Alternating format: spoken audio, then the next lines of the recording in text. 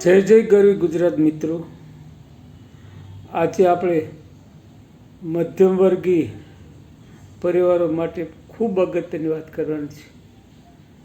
તો રાજકોટ કોર્પોરેશનની હદમાં વસવાટ કરતા મધ્યમવર્ગીય જે પરિવારો છે એના માટે એક સારામાં સારી સુવિધા ઊભી કરેલ છે.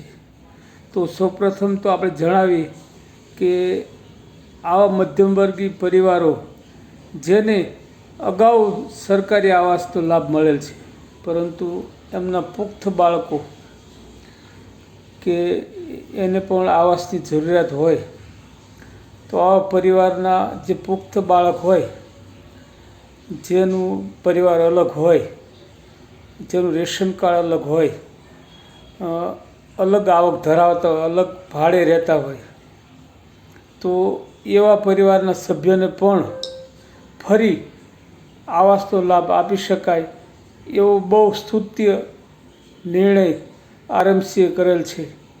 તો કોર્પોરેશનની હદમાં વસતા મધ્યમવર્ગીય પરિવાર આનો મહત્તમ લાભ લે અને એના સંતાનોને પણ આવાસ મળી શકે, આ એક ઉત્તમ સુવિધા ઊભી કરી છે. એ બદલ સરકારશ્રી અને રાજકોટ કોર્પોરેશનનો ખૂબ ખૂબ આભાર. જય જય ગરવી ગુજરાત.